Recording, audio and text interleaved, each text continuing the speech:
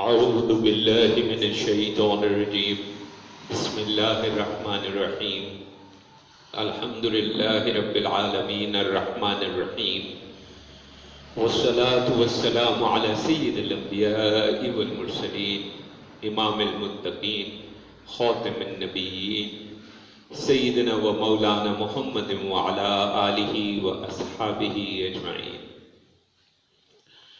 آج جو صورتحال فلسطین میں چل رہی ہے،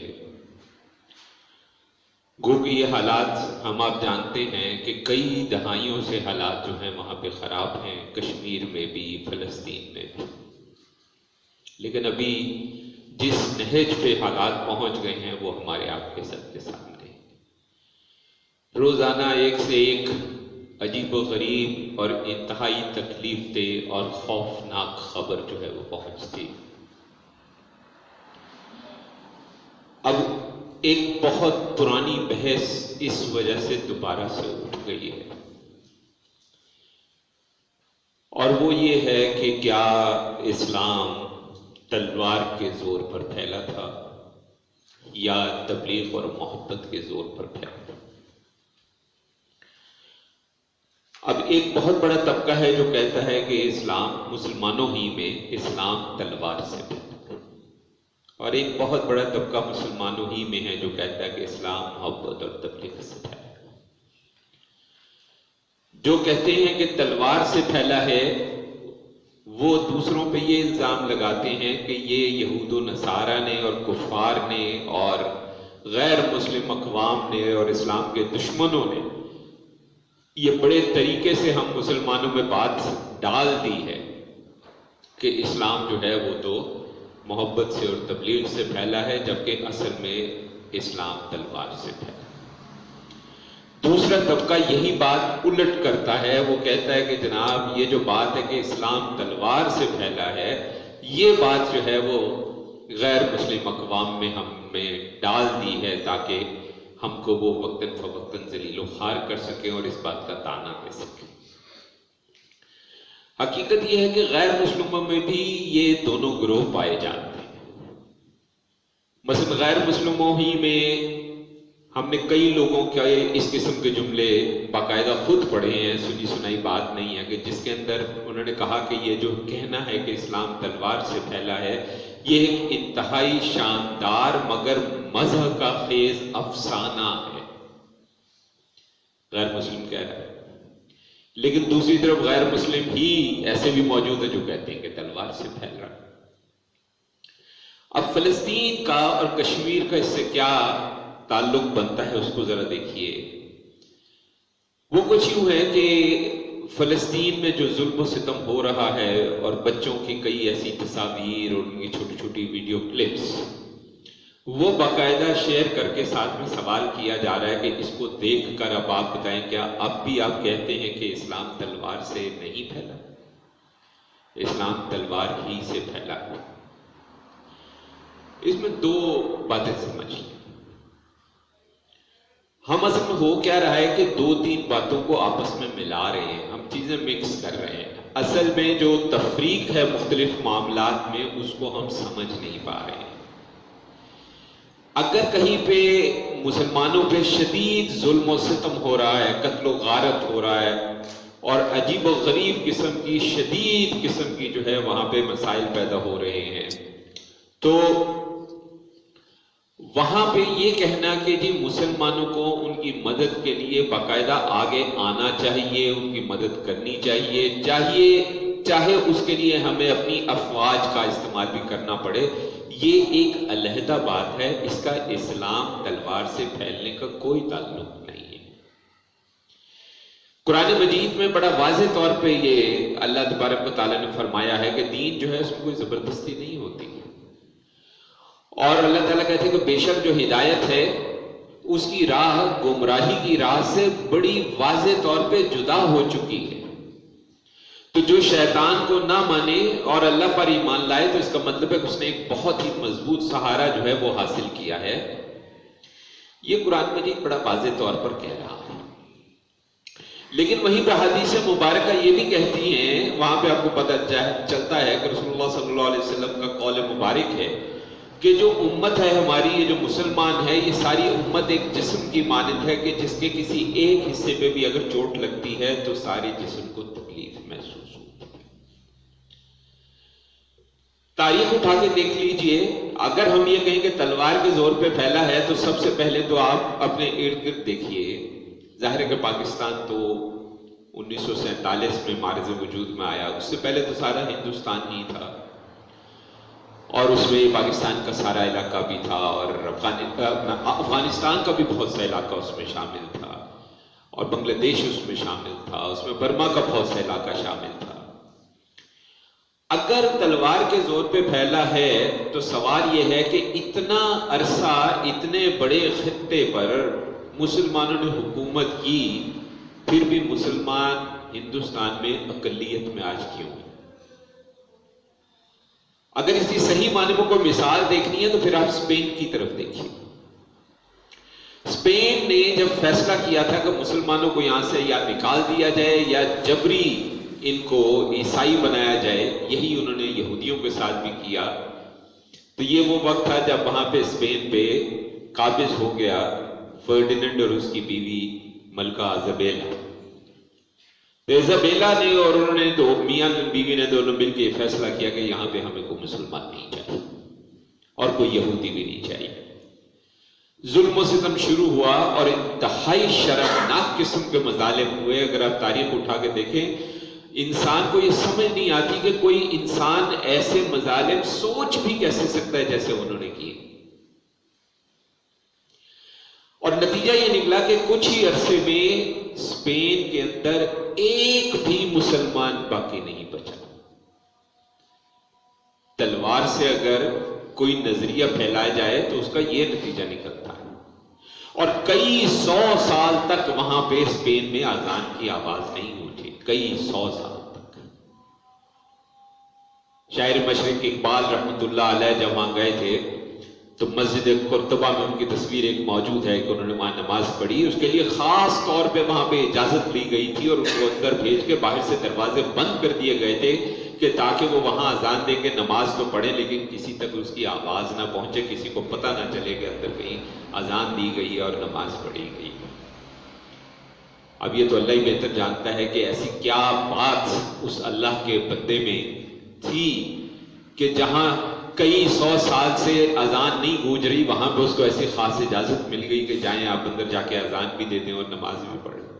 کچھ تو ہوگا اس بندے میں، اور ہم یہاں اس کو ایک عام شاعر سمجھ لیتے ہیں، یا ہمارے کئی دوسرے شعراء اور ادیب حضرات، اقبال کی بات آتی ہے تو بڑا ناک منہ وہ جو ہے چڑھا کے اور عجیب سے طریقے سے وہ ایسے آگے سے تاثر دیتے کہ جیسے پتہ نہیں کسی ایسی 2 نمبر کسی ایسی گلی کی کسی بندے کی بات کر لی ہے ہم، لیکن کچھ تو تھا اس میں، ایسے تو نہیں تھا۔ بات یہ ہے کہ بہت سی ایسی آیات اور احادیث مبارکہ پہ بیان کی جاتی ہیں یہ ثابت کرنے کے لیے کہ اسلام جو ہے تلوار سے پھیلا، اور ہمارے مسلمان بھائی بھی کچھ نادان یہ کام کر رہے ہیں کہ جس کے اندر اس طرح کی باتیں ہیں کہ جہاں فلاں ملے اس کو مار دو اور اس کو زنجیروں میں جکڑ کر لے آؤ وغیرہ وغیرہ۔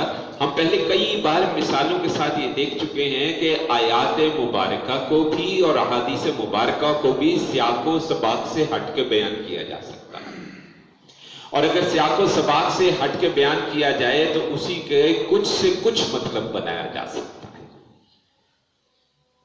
اسی لیے قرآن مجید میں ہم نے پچھلی غالباً یا اس سے پچھلی کسی نشست میں ذکر کیا تھا کہ آیت موجود ہے جس کے اندر یہ بڑا واضح طور پہ اللہ تبارک و تعالیٰ نے کہا کہ گمراہی پکڑنے والے بھی بہت سے لوگ ہیں جو اسی قرآن سے گمراہی پکڑتے ہیں، اور اس قرآن سے گمراہی کیسے پکڑتے ہیں؟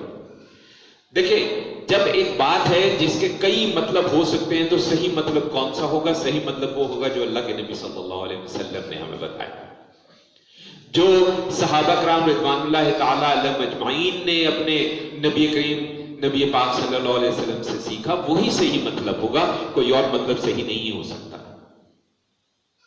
اب جب آپ سیاق و سباق سے چیز کو ہٹا دیں گے اور اس مفہوم کو وہاں سے ہٹا دیں گے تو پھر اس کا جو مرضی مطلب لے لیجیے۔ جیسے ہمیں کہا گیا کہ صبح میں استغفار کرنا چاہیے، سیاق و سباق سے ہٹا دیں تو استغفار کرنے کا ایک مطلب یہ بھی بنتا ہے کہ ہمیں سامان وامان کندھے پہ ڈال کے گیتی پھاوڑا بیلچا جا کے کھیتی باڑی کرنی چاہیے. لیکن ہم استغفار کا کیا مطلب لیتے ہیں؟ وہ مطلب لیتے ہیں جو اللہ کے نبی صلی اللہ علیہ وسلم سے ہمیں پتہ چلا، جو صحابہ کرام رضوان اللہ تعالیٰ علیہ مجمعین سے ہمیں پتہ چلا، وہ نہیں جو ہماری سمجھ کے مطابق ہو. اسی لیے یہی قرآن جو ہے جس کو اگر سیاق و سباق کے بغیر اور انہی حدیث مبارکہ کو اگر سیاق و سباق کے بغیر آپ لیں گے تو آپ کو غلط مطلب پتہ چلے گا.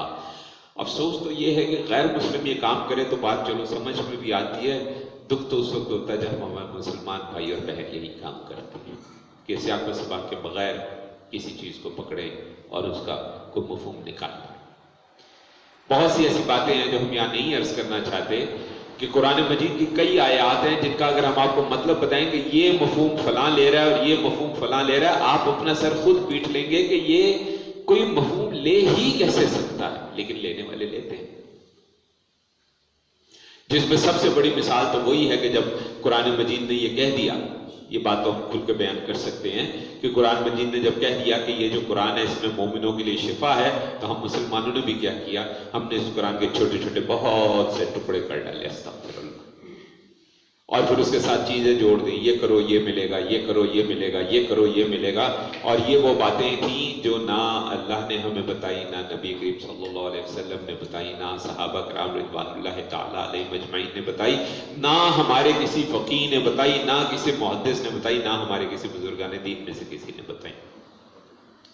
کسی نے تو بتائی ہوتی لیکن نہیں. اب ایک یہی مثال سب سے پہلے ہمارے پاس ہے. اور اگر یہ کہا جائے کہ اسلام اسی طرح پھیلا تو ایک بہت دلچسپ بات ہماری نظر سے گزری. آپ میں سے کچھ لوگ جانتے ہوں گے ایک بڑا مشہور، بچپن سے، ہم جب بچپن میں تھے تب سے ہم دیکھ رہے ہیں، آج بھی آتا ہے، ایک آتا ہے ریڈرز ڈائجسٹ. ریڈرز ڈائجسٹ ایلمنیک 1986 1986 میں آیا. اس میں ایک مضمون تھا، آپ انٹرنیٹ پہ کہیں نہ کہیں مل جائے گا اگر کوئی دیکھنا چاہے تو دیکھے، جس میں انہوں نے کہا کہ 1934 سے لے کے 1984 تک، 34 سے 84 تک 235% اسلام کے ماننے والوں میں اضافہ ہوا. اللہ اکبر. یعنی 235%، 235%. اور اس زمانے میں تو کوئی تلواریں بھی نہیں چل رہی تھی، کوئی جہاد بھی نہیں ہو رہا تھا، کچھ بھی نہیں ہو رہا تھا. یہ کہاں سے 235% اضافہ ہو گیا اسلام کے ماننے والوں؟ ہاں یہ ضرور ہے کہ تاریخ میں بہت سے ایسے حکمران ضرور گزرے ہیں جو مسلمان حکمران تھے. دیکھیں ایک چیز ذہن میں رکھیں، جو حکمران ہوتا ہے، جو حاکم ہوتا ہے، اس کا مزاج کیا ہوتا ہے؟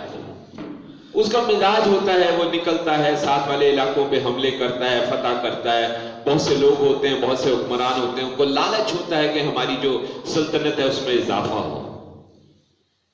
لیکن کیا وہ اسلام کے لیے یہ کام کر رہا ہے؟ یہ بہت بڑا سوال ہے. کیا وہ اسلام کی تبلیغ کے لیے کر رہا ہے؟ بہت بڑا سوال ہے. زیادہ تر جو آپ کو واقعات ملیں گے اس کے پیچھے کوئی نہ کوئی بڑی خاص وجہ آپ کو ملے گی. جب دین جو ہے کسی بھی حاکم نے، کسی صحیح اور سچے حاکم نے، سچے مسلمان نے کوئی ایسا، وہ جسے ہم انگریزی میں کہتے ہیں اوفینسو اٹیک، کوئی ایسا حملہ نہیں کیا. عام طور پہ بہت کم ہیں جنہوں نے کیا ہو جس کا کوئی مقصد نہ ہو. جو حملے ہوتے رہے ہیں ان میں زیادہ تر کیا تھا؟ دین کا تحفظ. وہاں پہ مسلمان ہیں، ان کی بہت زیادہ ان پہ ظلم و ستم ہو رہا ہے، ان کی زندگی کا تحفظ، ان کے جان کا تحفظ، ان کے مال کا تحفظ، ان کی عزت و آبرو کا تحفظ، ان کے نسب کا تحفظ. جتنے لوگ، جتنے حکمران تاریخ میں دین اسلام کے نام پہ اٹھے اور انہوں نے کہیں حملے کیے، ان کے پیچھے کہیں نہ کہیں صرف اور صرف وہاں کے مسلمانوں کی اذیتوں کو دیکھتے ہوئے ان کی مدد کرنے کا جذبہ تھا. ہاں یہ ضرور ہے کہ جب علاقہ فتح ہو گیا اس کے بعد انہوں نے کیا کیا؟ کیا اس کے بعد انہوں نے تلوار کے زور پہ اسلام زبردستی قبول کرایا؟ ایسا تو کہیں پہ بھی ہمیں ایک آدھ دو ایسے آپ کو ملیں گے قصے، اس کے علاوہ کہیں آپ کو ایسا کوئی قصہ نہیں ملتا۔ بلکہ حقیقت یہ ان میں سے بہت زیادہ علاقے تو ایسے ہیں کہ جب وہاں پہ حکمران گئے تو وہاں پہلے ہی مسلمانوں کی اچھی خاصی آبادی موجود تھی اور بڑھتی چلی جا رہی تھی۔ کئی باتیں انسان حیران ہوتا ہے۔ آپ نے شاید سنا ہو کہ ساؤتھ انڈیا میں ایک علاقہ ہے، اس کا نام ہے کیرالا۔ تو کیرالا کا نام کیسے پڑا؟ کیرالا کا نام ایسے پڑا کہ بے تحاشا مسلمان تاجر تھے جو وہاں پہ تجارت کیا کرتے تھے، اور وہ علاقہ اللہ کے خاص فضل و کرم، اس علاقے پر انہوں نے دیکھا کہ بے تحاشا اسباب ہیں، سبزہ ہے، پھل ہیں اور وغیرہ وغیرہ، اس طرح سے بہت زیادہ۔ تو انہوں نے اس علاقے کو خیر اللہ کہنا شروع کر دیا، اور وہ خیر اللہ چلتے چلتے خیر اللہ سے خیر اللہ اور خیر اللہ سے کیرالا بن گیا۔ آپ اگر تاریخ میں ایسی جگہ دیکھیں، بہت سی ایسی جگہوں پہ آپ کو یہ ملے گا کہ جی اس کا نام اصل میں یہ تھا لیکن یہ ہو گیا، اصل میں یہ تھا لیکن یہ ہو گیا۔ جیسے استنبول کی آپ بات کرتے تو استنبول کا اصل نام اسلام بول تھا، چلتے چلتے استنبول ہو گیا۔ تو وقت کے ساتھ ساتھ نام بدلتے ہیں، لیکن بے تحاشا جگہیں ایسی ہیں کہ جہاں پہ آپ کو نظر آئے گا کہ وہاں مسلمان نہ صرف پہلے سے موجود تھے، بلکہ وہ جو مسلمان تھے ان مسلمانوں نے اچھا خاصا تبلیغ کا کام وہاں سنبھال رکھا تھا، اور کوئی خاص وجہ تھی جس کی وجہ سے وہاں پہ کسی مسلمان حاکم نے حملہ کیا، کسی سلطان نے حملہ کیا۔ فتح کرنے کے بعد حقیقت تو یہ ہے کہ اگر آپ تاریخ کا ذرا غور سے مطالعہ کریں تو حکمران ہمارے زبردستی دین تبدیلی کو برا سمجھتے تھے، اور اس کی ایک وجہ ہے، اس کی ایک دنیاوی وجہ ہے۔ دیکھیں دین ہمارا کیا کہتا ہے، جہاں پہ خالص اسلامی حکومت ہوگی وہاں پہ کسی مسلمان پہ کوئی ٹیکس نہیں ہے، لیکن غیر مسلم جزیہ دیتا ہے، جس کو آپ ٹیکس کہہ لیں۔ اور غیر مسلموں کو بہت زیادہ کسی زمانے میں یہ جو باہر سے آئے اور انہوں نے حملے کیے، جس میں برٹش پاورز شامل ہیں اور پورچوگیز شامل ہیں اور فرینچ شامل ہیں، انہوں نے جب حملے کیے تو ان کا نقطہ یہی تھا کہ جی ہمارے بندوں پہ ظلم ہو رہا ہے، ان سے تو ٹیکس لیتے ہیں، مسلمانوں سے ٹیکس نہیں لیتے۔ یہ بھی ایک وجہ تھی ان کی۔ اب بات یہ ہے کہ جو پہلے سے گھرانے غیر مسلم ہیں وہ جزیہ دے رہے ہیں، اگر وہ مسلمان ہو جائیں گے تو جزیہ دینا بند کر دیں گے، سلطان کی تو کمائی ماری جائے گی۔ تو سلاطین یہ تھا کہ جو خود سے اپنی مرضی سے دین قبول کرے اس پہ تو بڑا خوش ہوتے تھے کہ ٹھیک ہے الحمدللہ، لیکن اگر کوئی نہیں کرتا تھا تو اس کو کوئی زبردستی اس لیے نہیں کی جاتی تھی کہ اسی ٹیکس سے تو حکومت چلانی تھی انہوں نے۔ لیکن ظاہر ہے جس نے اعتراض کرنا اس نے اعتراض کرنا۔ آج ہندوستان میں بھی اگر آپ کشمیر کو چھوڑ دیں تو باقی علاقوں میں جہاں مسلمانوں پہ ظلم و ستم ہر کچھ عرصے بعد کوئی نہ کوئی خبر آتی ہے، اور ایسی ایسی خوفناک خبریں آتی ہیں کہ بیان سے باہر ہے، اور اس کے جواب میں اکثر کہہ دیا جاتا ہے جی آپ کے پاکستان میں دیکھیں فلاں یہ واقعہ ہوا، فلاں وہ واقعہ ہوا، فلاں وہ واقعہ ہوا۔ ہمارے یہاں کتنے واقعات ہوئے، ان کے یہاں کتنے واقعات ہوئے، حساب کر کے دیکھ لیں۔ ہمارے یہاں گنتی کے چند واقعات ہوئے جس کے پیچھے کوئی نہ کوئی اکسانے والا عنصر بہت سخت قسم کا تھا، اور اس کو سزا ملی۔ ایسے جو واقعات ہیں اس میں آپ کو نظر آئے گا کہ سزائیں ملی، تو ایک آدھا اگر کو بچ گیا ہو تو علیحدہ بات ہے، لیکن باقی دنیا میں کیا ہو رہا ہے؟ باقی دنیا میں تو نہیں، اور خاص طور پہ ہندوستان میں تو ایسا نہیں ہو رہا۔ مسلمانوں کے پر جس قسم کا ظلم چل رہا ہے، اگر تلوار کے زور پہ اسلام پھیلا ہوتا تو ہندوستان تو سارا آج مسلمان ہوتا، اس میں تو کوئی ہندو ہی نہ ہوتا۔ یہ کم از کم اکثریت میں تو ہوتے ہیں، ہم تو اکثریت میں بھی نہیں۔ اور بہت سے سلاطین، بہت سے بادشاہ جن پہ عجیب و غریب قسم کی تہمتیں ہیں، ان کی اگر آپ پڑھ کے دیکھیں، مثلا مثال کے طور پہ اورنگزیب عالمگیر، اب ہم بھی اس کو کوئی اچھا آدمی نہیں سمجھتے، بڑی صاف سی بات درج کرتے ہیں۔ ہمارے بہت سے علماء اس کو مجدد اپنے وقت کا مانتے ہیں، اپنی صدی کا مانتے ہیں، ہم ان سے بڑے ادب کے ساتھ اختلاف کرتے ہیں اور شدید اختلاف کرتے ہیں، اس کی ہماری وجوہات ہیں، لیکن ہمارا آج موضوع نہیں ہے۔ اس پہ الزام ہندو لگاتے ہیں کہ جی اس نے بڑے مندر توڑے اور اس نے بڑا ظلم کیا اور ہمارے بندے یہ کر دیا، ان کو مار دیا، ایسے کر دیا، ویسے کر دیا۔ انہی کے کئی مورخین لکھ رہے ہیں کہ اس نے بے تحاشا مندروں کو ٹھیک کرنے کے لیے فنڈ بھی دیا، پیسے بھی دیے۔ اب یہ کیسا شخص ہے کہ ایک طرف وہ کہہ رہا ہے میں اسلام کے نام پہ مندر توڑ دوں اور دوسری طرف وہ مندر بنانے کے لیے پیسے دے رہا ہے؟ یہ تو بات سمجھ میں نہیں آتی۔ تو جب آپ تاریخ کا مطالعہ کریں گے تو آپ کو پتہ چلے گا اس نے صرف ان مندروں پہ حملہ کیا جہاں سے اس کو یہ بات بالکل بغیر شبے کے کنفرم تھی، اس کو پتہ تھا، کوئی اس میں شک و شبہ نہیں تھا کہ یہاں سے حکومت کے خلاف بغاوت کے لیے لوگوں کو اکسایا جاتا ہے۔ اس کے علاوہ اس نے کہیں ایسی جگہ حملہ نہیں کیا۔ باقی جو حملے ہیں وہی بات ہے، بادشاہ کا مزاج ہوتا ہے، آج میرے پاس 2 علاقے ہیں، کل 3 ہو جائیں، 3 علاقے ہیں 4 ہو جائیں، وہ ہر ایک کرتا ہے۔ کیا ان لوگوں کے بادشاہوں نے نہیں کیے؟ کیا یہودی بادشاہوں نے نہیں کیے؟ کیا عیسائی بادشاہوں نے نہیں کیے؟ کیا ہندو راجوں نے نہیں کیے؟ ہندو راجے آپس میں ہر وقت لڑتے رہتے تھے۔ کیوں لڑتے رہتے تھے؟ کیوں نہیں بنتی تھی ان کی آپس میں؟ اسی طرح ہمارا بھی حال، ہمارے بھی سارے جو علاقوں کے چھوٹے چھوٹے کہیں نواب تھے، کہیں پہ سلاطین تھے، کہیں پہ بادشاہ تھے، آپس میں لڑتے رہتے تھے۔ بالکل ٹھیک۔ اور ان لڑائیوں میں ہم نے اتنی حماقتیں کی ہیں کہ بیان سے باہر۔ اب ہم عوام کو ذرا جذباتی کر دیتے ہیں، باتیں سنا کے فلاں یہ زبردست تھا، فلاں وہ زبردست تھا، جی وہ امیر تیمور تھا، اس نے اتنی اسلام کی خدمت کی، یہ کیا وہ کیا، اور وہ سلطنت عثمانیہ کے سلطان یلدرم کے مقابلے پہ لڑنے کے لیے اس نے صلیبیوں کو اپنے ساتھ ملا لیا۔ تاریخ میں ہے موجود۔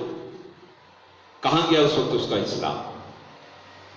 اب جو شخص ایک مسلمان سے لڑنے کے لیے عیسائیوں کے لشکروں کو اور صلیبیوں کو اپنے ساتھ ملا لے، وہ جہاں حملے کرے گا وہ اسلام کے لیے حملے کرے گا، وہ اسلام پھیلانے کے لیے حملے کرے گا۔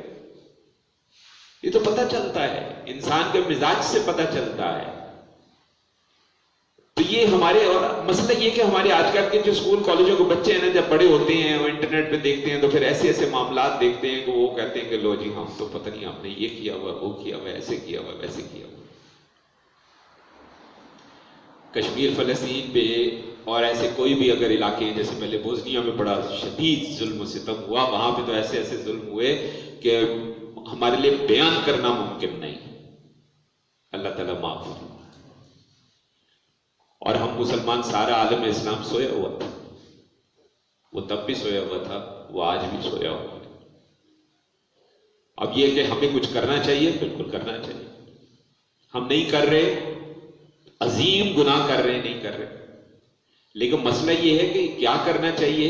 یہ انفرادی سطح کا کام ہی نہیں ہے، یہ اجتماعی سطح کا کام ہے، ریاست کی سطح کا کام ہے۔ ہم آپ صرف ایک کام ضرور کر سکتے ہیں، وہ ہمیں کرنا چاہیے کہ اگر ہمیں کچھ ایسے اداروں کا واقعی پتہ ہے کہ وہ کسی قسم کی اس کے اندر وہ 2 نمبری نہیں ہے، اور وہ ایسی تمام علاقوں پہ لوگوں کی مدد کرتے ہیں، اس کے لیے فنڈ اکٹھا کرتے ہیں، اس میں جو ہم تھوڑا بہت اللہ کی رضا کی خاطر حصہ ڈال سکتے ہیں ڈالیں، اور جہاں بول سکتے ہیں ہم بولیں۔ اب کل ہی ایک یونیورسٹی میں کلاس میں ایک بچے نے مجھ سے کہا جی کہ میں جہاد کے لیے جاؤں تو آپ کی اس بارے میں کیا رائے ہے؟ تو میرا تو سیدھا سوال ہے، آپ کو بھائی بندوق چلانی آتی ہے؟ نہیں۔ ٹینک کے سامنے کھڑے ہونے کے لیے کیا کیا حکمت عملی ہے؟ کوئی جنگی ٹریننگ ہے، کوئی چیز ہے؟ نہیں۔ آپ میں سے بہت کم لوگوں کو پتا ہوگا کہ اسرائیل کے اندر ان کا قانون ہے، ان کا ہر شہری کچھ عرصہ فوج میں باقاعدہ سرو کرتا ہے، ان کا ہر شہری باقاعدہ ایک ٹرینڈ فوجی ہے۔ اور ہم امت کا حال کیا ہے؟ ہماری امت کا حال یہ ہے کہ ہمارے ہیرو ختم ہو گئے ہیں۔ ہم بچپن میں پڑھتے تھے، سنتے تھے کہ جی ایک فلاں ہمارے ہوتے تھے، جی فلاں تھے، صلاح الدین ایوبی تھے، صحابہ میں فلاں تھے، سیف اللہ جن کو لقب ملا، اتنی بڑی ہستی وہ تھے، علی رضی اللہ تعالیٰ عنہ تھے۔ ہمارے بچوں کے ہیرو کون ہیں؟ سپر مین، اسپائڈر مین، اور پتہ نہیں کون کون سا مین۔ وہ پچھلے دنوں ایک آرٹیکل نظر سے گزرا، پتا چلا کہ 150 کے قریب اس طرح کے سپر ہیرو انہوں نے بنائے ہوئے ہیں، اور ہمارے بچوں کے ہیرو اب وہ بن گئے ہیں۔ ہمارے بچوں کو اپنے ہیروز کا نام بھی نہیں پتا۔ ان کو یہ بھی نہیں پتا کہ ہمارے ہیرو کس طرح کے تھے، ان کو یہ تک نہیں پتا کہ جب مسلمان اسکندریہ پہ گئے جہاد کی غرض سے، چاروں طرف اس کے دیوار تھی. آپ کو پتہ پہلے دیواریں ہوتی تھی، ہمارے ابھی بھی کئی لاہور چلتے ہیں تو پرانے لاہور کی دیوار دروازے سب ابھی بھی موجود ہے، آپ دیکھ سکتے ہیں. کئی دروازے میرے خیال ہے راولپنڈی میں بھی شاید ابھی موجود ہیں، پشاور میں موجود ہیں کئی دروازے. انہوں نے نعرہ لگایا اللہ اکبر کا، اور ساری فوج نے اکٹھے نعرہ اس طریقے سے لگایا کہ اس نعرے کی گونج اور لرز سے دیوار گر گئی. یہ بتائیں نا اپنے بچوں کو، یہ بتائیں اپنے بچوں کو کہ سلطان محمد فاتح کے پاس کوئی گنجائش نہیں تھی، وہ ہار جاتا، لیکن اس نے ایک رات کے اندر ایک پورا فلیٹ بحری جہازوں کا پہاڑ کے اوپر سے گزار دیا تھا. یہ بتائیں نا اپنے بچوں کو، ان کو پتا چلا. اس زمانے میں ایسی کون سی ٹیکنالوجی تھی مجھے بتائیے کہ اس نے یہ کام کر دیا. اور یہ وہ باتیں نہیں ہے کہ جو آج غیر مسلم نہیں مانتے. آپ کو حیرانی ہوگی، چونکہ مجھے کچھ عرصہ بحریہ یونیورسٹی کے ساتھ کام کرنے کا موقع ملا، وہاں پہ کئی ایسی کتابیں ہم نے دیکھی، وار سٹریٹجیز، جنگی حکمت عملی کے طور پر ہمارے باربروسا کو پڑھایا جاتا ہے، سلطان محمد فاتح کو پڑھایا جاتا ہے. غیر مسلم ان کو پڑھ کے سیکھ رہے ہیں، ہم اپنے بچوں کو اسپائڈر مین ہیرو دے رہے ہیں، سپر مین ہیرو دے رہے ہیں. یہ ہم کر رہے ہیں، یہ ہم ماں باپ کا قصور ہے، بچوں کا قصور نہیں ہے. کل کو بچے بڑے ہوں گے، ان کے آگے بچوں کو تو کچھ بھی پتہ نہیں ہوگا، انہوں نے شاید کبھی نام سنا ہوگا. کسی کو کچھ ہم بتاتے نہیں ہیں، ہمیں خود کئی چیزوں کا نہیں پتا. حیرت ہوتی اگر میں آپ سے کہوں کہ ایک وہ بھی وقت تھا کہ چتوڑ کے قلعہ فتح نہیں ہو رہا تھا، اور اس زمانے میں بتائیں کون سی کرین تھی، کون سی مشین تھی کہ کئی کوس دور سے پورا پہاڑ توڑ کے لا کے اس نے قلعے کے سامنے پہاڑ دوبارہ بنا کے اس کے اوپر توپے رکھ کے تو توپے چلائی تھی. مجھے بتائیں کون سی ٹیکنالوجی تھی جناب اس وقت کہ جس نے پورا پہاڑ ادھر سے اٹھا کے ادھر شفٹ کر دیا؟ ایسی کون سی ٹیکنالوجی تھی؟ لیکن ہمارا بچہ، ہمیں یاد ہے بچپن میں ہم دیکھتے تھے بچہ سب سے پہلے لفظ کیا بولتا تھا؟ اللہ بولتا تھا، لائلہ بولتا تھا، ابا بولتا تھا، اماں بولتا تھا. آج ہم دیکھ رہے ہیں بچے سب سے پہلا لفظ کوئی نہ کوئی گھٹیا گانا ہوتا ہے جو وہ بول رہا ہوتا ہے،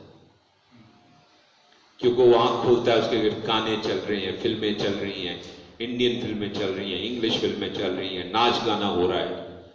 ہماری اپنی محفلوں کے اندر ہماری بچیاں ناچ رہی ہیں اور ان کی ویڈیوز بن رہی ہیں، اور پھر ہم کہتے ہیں ہم مسلمانوں کے حالات خراب کیوں ہیں؟ حالات خراب اس لیے ہیں کہ ہم نے اپنے آپ کو اللہ کی لعنت کا مستحق ثابت کر دیا. ہر لحاظ سے ہم کمزور ہیں. قرآن کہتا ہے کہ اگر اللہ کو ماننے والا اللہ رسول کے راستے سے ہٹے گا تو اس پہ معیشت جو ہے وہ تنگ کر دی جائے گی. ہماری معیشت تنگ ہوتی ہے تو ہم کہتے ہیں نہیں جی وہ یہودیوں کی سازش ہے. او بھائی یہودیوں کی سازش کامیاب کیا ہوئی یہ سمجھا دیں آپ مجھے. وہ کامیاب اس لیے ہوئی کہ ہم نے اللہ کے راستے کو چھوڑا ہے. ہماری مثال آپ میں سے اگر کسی نے دیکھا ہو یہ جو مرغیوں کے شیڈ ہوتے ہیں اس میں کئی بار ہزاروں مرغیاں ہوتی ہیں، ایک بلی اندر چلی جائے سینکڑوں مرغیوں کو مار دیتی ہے. حالانکہ اس میں سے صرف 100 مرغی اس بلی کے سر پہ اپنی چونچ بھی مار دیں بلی مر جائے. لیکن ہماری حالت بھی یہی ان مرغیوں جیسی ہے. ایک بلی بیچ میں آ گئی نا تو یہ سارے جذبے ہوا ہو جائیں گے، کیونکہ ہمیں پتہ ہی کچھ نہیں اور ہمیں اندازہ نہیں ہے. اور یہ جو دوسری اقوام بھی ان کے ساتھ زائنسٹس کے ساتھ مل رہی ہیں اور مسلمانوں کے خلاف بات کر رہی ہیں، ان کو بھی سمجھنا چاہیے. ابھی چند دن پہلے ایک ربائی نے، کہ ربائی ہوتے ہیں یہودیوں کے، ایک ربائی نے بڑی دھواں دھار قسم کی تقریر کی ہے. تقریر ایک پہلو سے تو وہ ہونی چاہیے جو ہم مسلمانوں کو کرنی چاہیے. لیکن خیر ہمارا اس طرح کا انداز نہیں ہے، کبھی بھی نہیں رہا، نہ نبی کریم صلی اللہ علیہ وسلم نے وہ انداز اپنایا، نہ کسی اور نے اپنایا۔ اس نے کہا کہ جی یہ جتنے لوگ جو ایک خدا کو نہیں مانتے، کیونکہ مسلمانوں کے علاوہ ایک خدا کو صرف یہودی مانتا اور کوئی نہیں مانتا، یہ جتنے لوگ جو ایک خدا کو نہیں مانتے، اور اس نے ذکر کیا، اس میں ہندوستان، اس میں یہ جو فار ایسٹ کے علاقے ہیں سارے، یہ تائیوان وغیرہ، چائنا وغیرہ، یہ سارے، اس نے نام ایک ایک ملک کا لے کے کہا کہ ہماری ذمہ داری ہے کہ ان سب کو تباہ و برباد کر دے اور ان کو ختم کر دے اور ان کو مار دے۔ ہم مسلمان یہ نہیں کہتے کہ ان کو مار دیں، ہم کہتے ہیں ان سب تک اللہ کا پیغام پہنچا دیں۔ تھوڑا فرق ہے دونوں باتوں،